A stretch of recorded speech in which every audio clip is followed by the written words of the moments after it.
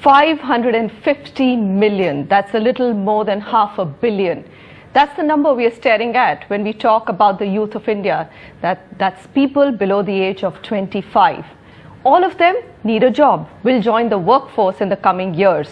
So the big question we are discussing today at the World Economic Forum, will India create enough jobs? It's an important one. It's a time bomb that we are sitting on. And let me introduce my panel first to just look and delve deeper into that question, whether I'm being a bit more alarmist, calling it a time bomb or not. Dr. N.K. Singh, Member Parliament, Sanjay Pandit from Empower Group, and we have with us Sudhakar Balakrishnan from EDECO. Gentlemen, thank you very much for joining me. I think I'm going to start with you, Dr. Singh. What do you think? It could be a demographic dividend that we are talking about, which could soon turn into a demographic disaster, looking at the job creation that the economy is doing today. Yes, I think that it is perhaps one of the most compelling issues which faces policymakers. So I think we need to ask ourselves the question of how to create enough jobs to be able to absorb new entrants to the labor force, and also at the same time how to bring down the backlog of unemployment, the backlog of direct unemployment, disguised unemployment, seasonal unemployment, because employment in this country has multiple definitions. Then what do we need to do? I think that's perhaps your question. I think we certainly need to do three things, and I'll go over this point very quickly. First, I think that the manufacturing sector in this country needs a real kickstart. You cannot get large employment without the manufacturing sector becoming vibrant. Now, what do you need to do for that?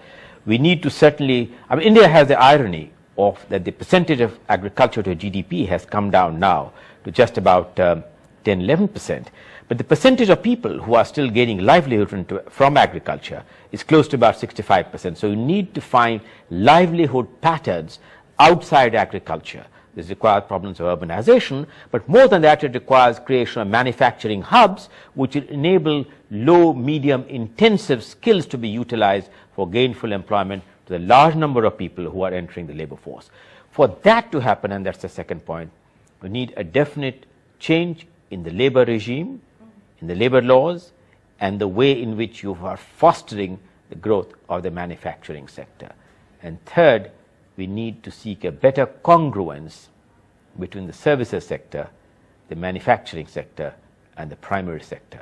You need to improve the employment coefficient in this country, because the same GDP growth, for instance, in China, has led to much faster reduction in poverty and has also led to creation of more jobs. So how do you improve the poverty coefficient of GDP growth, and how do you improve the employment coefficient of GDP growth? Now, the Growth Commission of the World Bank, which looked at it about a year ago, said you need a different pace of growth, and more than that, we need a different pattern of growth to be able to get that to the target. India's #1 news app just got even better. Download NDTV's new app, fully optimized for retina display, full screen view, faster response time, and Sudoku. NDTV's new iPad app. Download now.